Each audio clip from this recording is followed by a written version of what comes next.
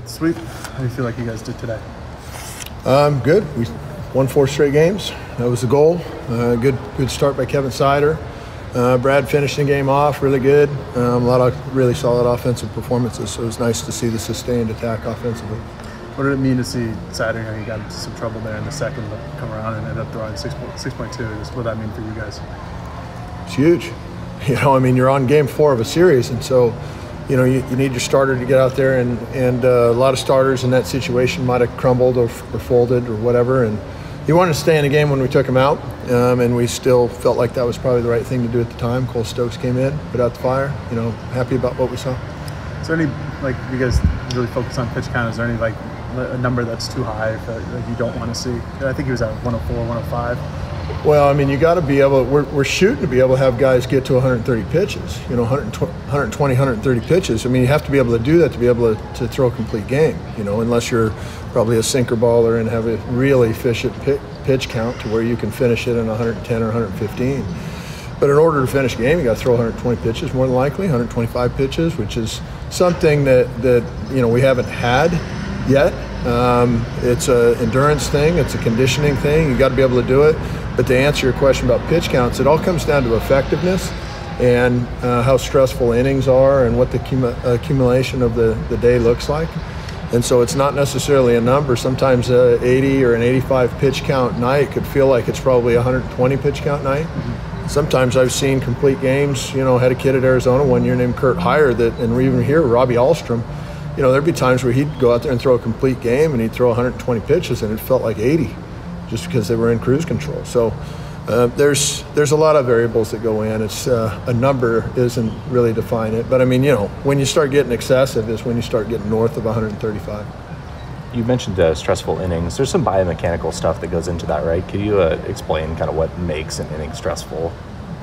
Well, just traffic on the bases, more or less, and so whenever you get a lot of traffic on the bases and stuff like that, innings can be more stressful. I think the scoreboard can indicate a stress level as well. If the game's super tight and there's traffic out there, that's a little bit more stressful.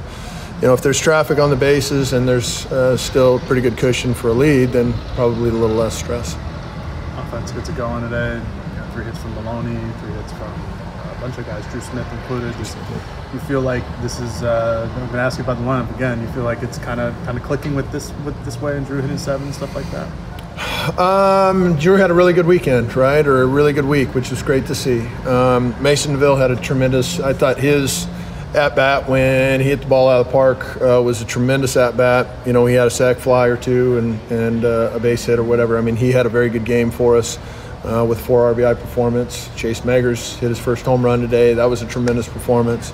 And I think, a guy like Bennett Thompson, I think Bennett Thompson had another really good day where he pretty much squared everything up that he saw or he walked and had productive at-bats.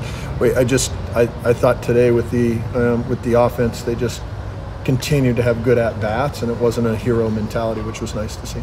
That DeVille home run, was that one of the furthest balls you've seen hit here? Because I don't know if I've seen something hit the back of the PDA here. Did it really? When he hit it, it was obvious it was gone. Yeah. It's a talented player right there.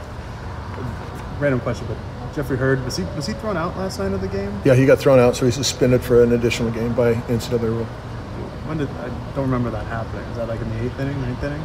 No, it was about in the 6th inning of yesterday's game after he got called out on strikes. You've had 2 freshmen start at shortstop this year. What does a freshman have to do to get that job and be ready to start at shortstop? Well, they have to earn it. And then on top of it, what do they have to do? Probably they have to have a coach behind the scenes that's a really good coach. And when you're talking about Maddox, he's coming from here locally, and the coaching staff at Thurston High School does a tremendous job. When you're talking about Ryan Cooney, you're talking about Jesuit High School in Portland. The coaching staff at Jesuit High School do a tremendous job, and so they're prepared. And we can help prepare them, but when they're getting coached, as well as those 2 programs in our state are coaching their players, then when they get here, they've got an advantage over the guy that's not getting coached at that level. So I think it has a lot to do with the tremendous high school coaching they've both received. Is there a surprise when you see someone that young, just be able to handle that kind of stuff, or is it just becoming more normal now to see, 18, 19-year-olds be able to handle that? No, it's not normal. I think it's abnormal to have 2 freshmen at the end of a game playing middle infield at the University of Oregon, working for a 4-game sweep. And we had Cooney and Maloney out there at the end of the game playing middle infield. I think it's abnormal, and I think they're just that good, and they're that prepared from their high school coaches. With Meggers, obviously, it's his first career home run. You talked about it weeks ago. He led the team in RBIs in the fall, in the early spring. Is this kind of what you expected to see out of him whenever he gets up there at the dish? Chase is one of our toughest players for sure. He might be the toughest player that we have. We've got several of them that are really tough players, and he's one of them. He's got a knack for hitting, and that's what we saw in all the scrimmages, and I'm sure the media that was out here religiously, like yourself, saw that as well. Another just kind of a random question is how's Toby Twist doing? Hasn't pitched since ASU. Is he dealing with any type of injury? I won't go into Toby's situation. He was a little bit sick this weekend. He was ill, and he wasn't even at the ballpark for a couple of days. We were happy that he was at the ballpark today. He's kind of recovered good enough for him to be back with us and stuff. So really good to see Toby back with us.